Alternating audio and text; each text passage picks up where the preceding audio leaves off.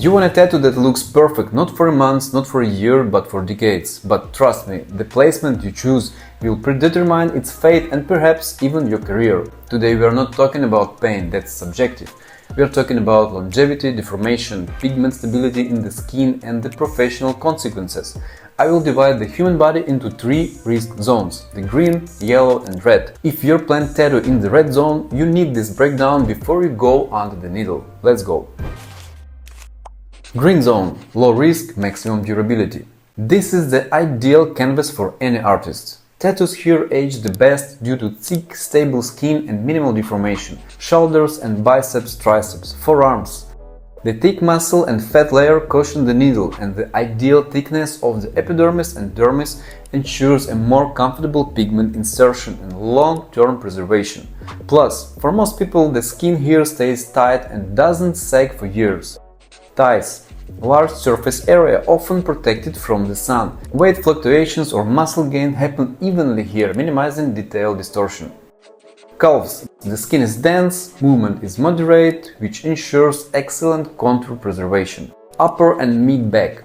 The most stable, flat and large area, perfect for big, detailed work. It is almost always protected from UV rays by clothing. Chest muscles, like the other areas, they usually have a dense structure and skin thickness. However, if we are talking about the female breast or men with higher body fat, this area may have less firmness and more sketch deformation on the skin, so you should approach the design choice more carefully.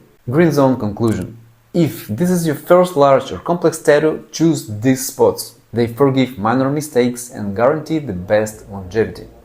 Yellow zone, caution and spatial care. These spots can look great, but they will require a top-tier artist, fanatical aftercare and the acceptance that a touch-up will be needed sooner. Ribcage and sides. This is one of the most painful zones due to the bone proximity and many nerve endings. Severe pain can cause involuntary muscle spasm or twitching, which technically complicates the artist's work and can lead to blowouts, blurry lines. Additionally, the skin here is very thin and stretches maximally with weight, gain loss or pregnancy, leading to significant deformation. Full back, including lower back. The skin itself is stable, but the risk relates to deformation and the technical difficulty of ink application. Skin on the upper back is less prone to deformation from age or weight change, which helps preserve the tattoo original look. But the lower back is a zone where fat is often stored, and in women the shape changes significantly during pregnancy, causing uneven stretching. Also, certain spots, spine, shoulder blades, ribs are more painful because the bone is closer to the skin.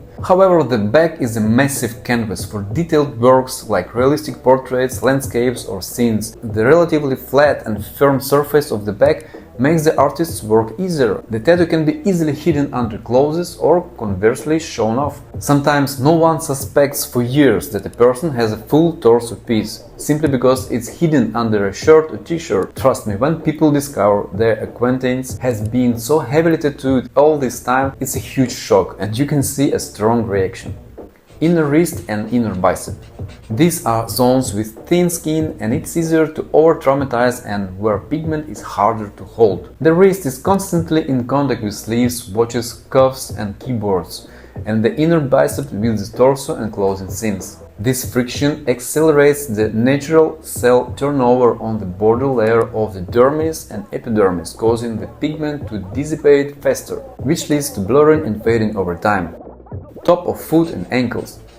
The same problem of thin skin layer and constant friction in conditions of increased sweating from socks and shoes. The Achilles area and ankles are constantly moving. This leads to rapid wear and critically slow, problematic healing due to constant contact with a non-sterile environment, shoes and mechanical irritation.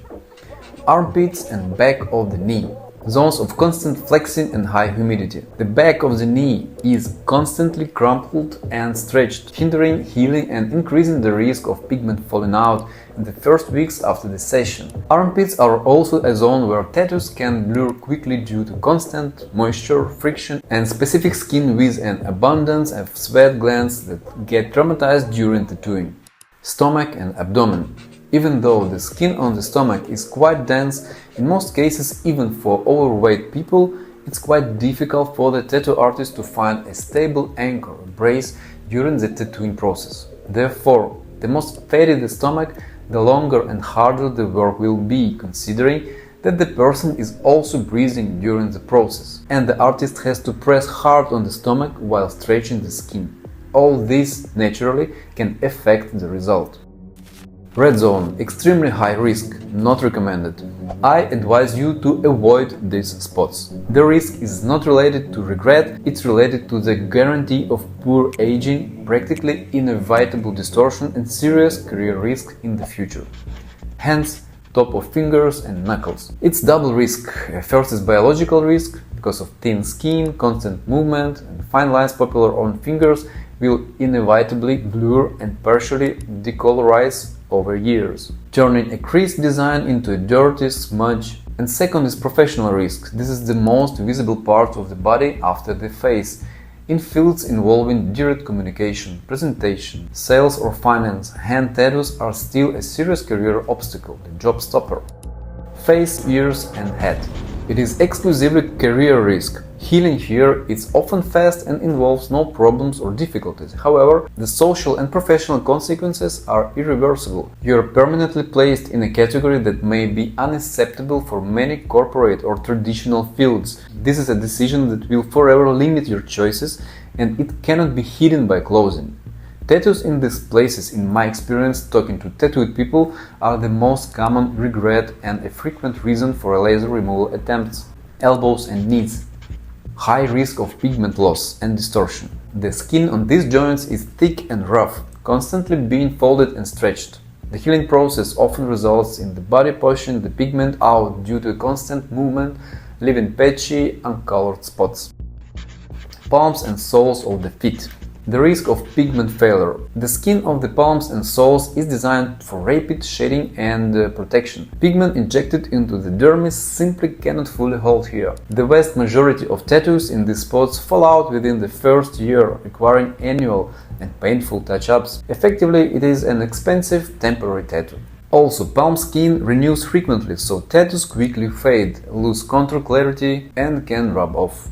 Foot tattoos. Painful due to many nerve endings. Friction from shoes and clothes quickly leads to rubbing off and fading, especially on the sole and side of the foot. Excessive peeling and wear may require intensive moisturizing and care. Protection is needed from the negative effects of water, shoes and clothing, as well as the use of specialized creams. The ultimate red risk.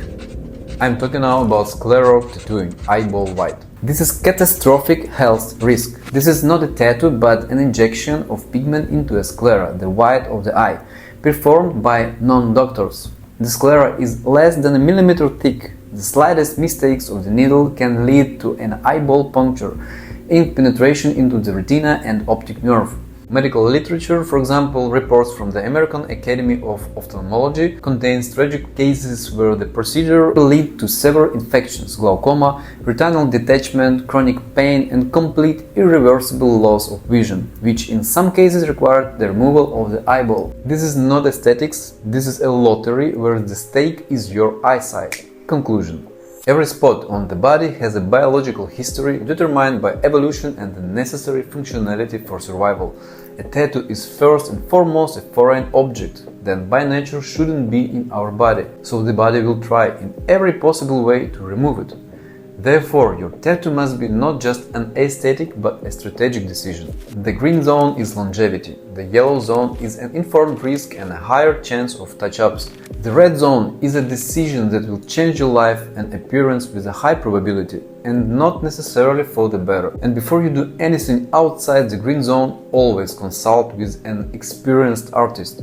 Also, you can subscribe to my Instagram and please share your experience. Write your stories and questions in the comments.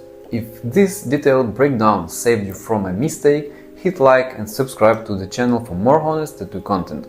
See you next time!